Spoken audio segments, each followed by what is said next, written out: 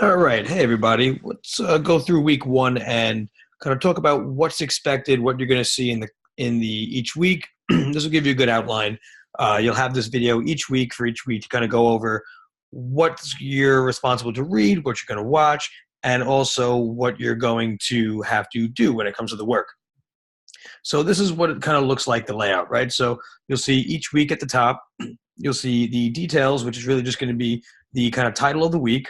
Also, what we'll be discussing. So in this, for the first week, it's the four phases of emergency management, the economics involved in each phase of emergency management, and financing disasters. Again, this you can find all of this as well on your syllabus. I would highly recommend always having a copy of that kind of open as you're going through this to kind of check off all the work that you've been doing. You'll also see on the side of assignments a little checkbox. And what that means is every time you complete an assignment, that box will autofill. You can't check it yourself, but it'll autofill. So you won't see it for any of the reading and materials. You'll just see it for the assignments, the discussions, and stuff like that. So let's go back to the top. So again, week one, details, and it's always going to be broken down by details, then the resources, which is all the material that you'll be reading and watching. Then it goes to assignments, which is the quiz and the assignments. Excuse me. And then lastly, the discussions. So we're going to have usually 2 to 3 discussions every week, and this is where you'll find them. I won't post them directly on the page like this, so you see all of this here, just because it can take up a lot more space. Most of the weeks, it'll be once you click in. So again, back to the top. First thing you're always going to want to open up, the weekly overview, which is right here, week one. It'll go over what the week objectives are, what the course activities are, and then the confirming your student mastery based on the fact that this is a master's level course. So upon completion of this week, you'll learn about what this course is all about, professional outline, professional online conduct, the 4 phases of emergency management, and again, financing disasters. You'll complete these 3 assignments: introduce yourself, meet me, and then complete all the other items below. Once you're done, you'll have met your peers and myself.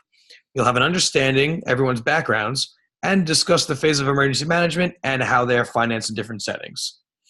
So I linked some of the material here and also laid out the assignments that are there as well.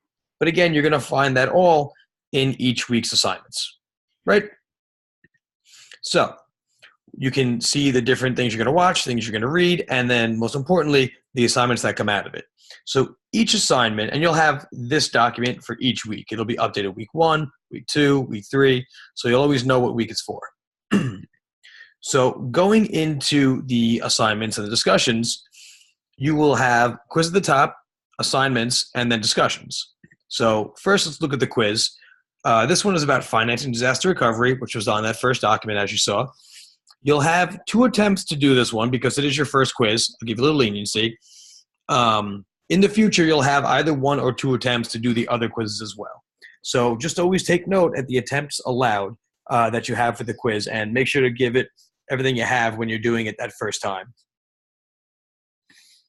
After that, the first assignment is online course etiquette. This is kind of going over, and if you have taken Professor Matt Ricci's class, this will look very similar.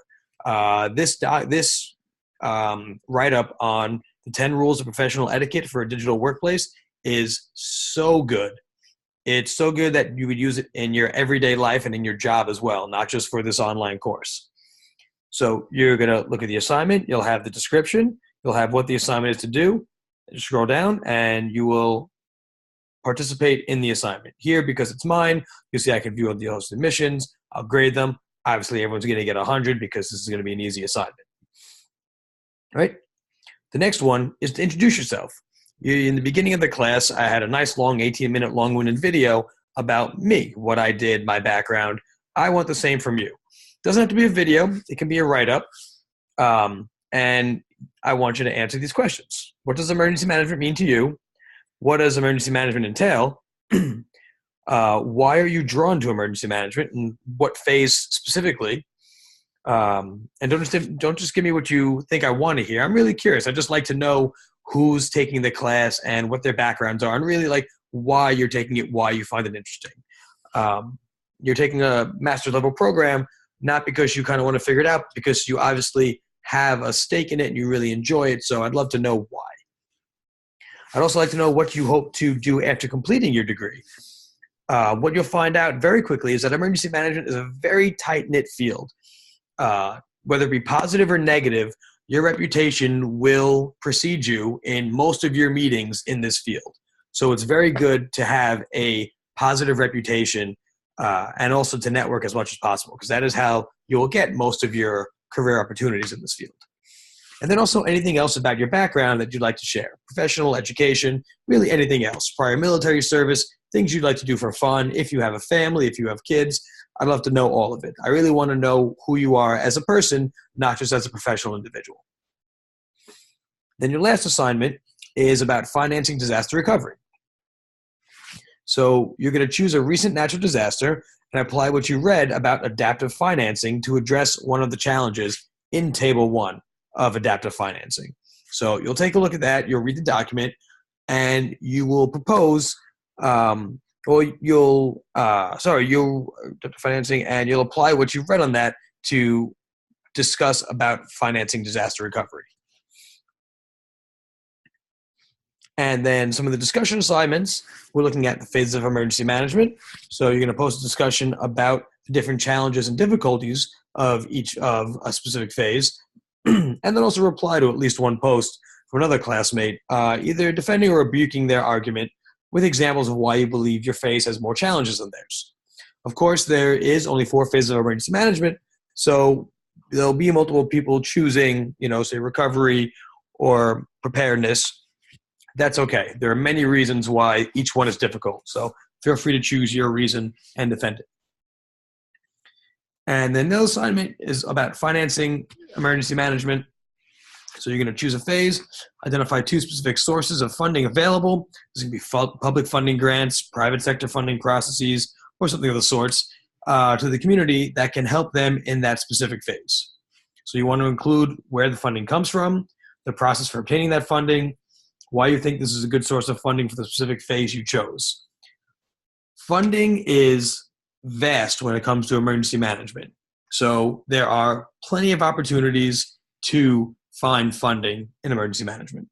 You just have to choose to. And that is it for the week. So if you have any questions, as always, email me and I will get back to you usually within 12 hours. All right, take care.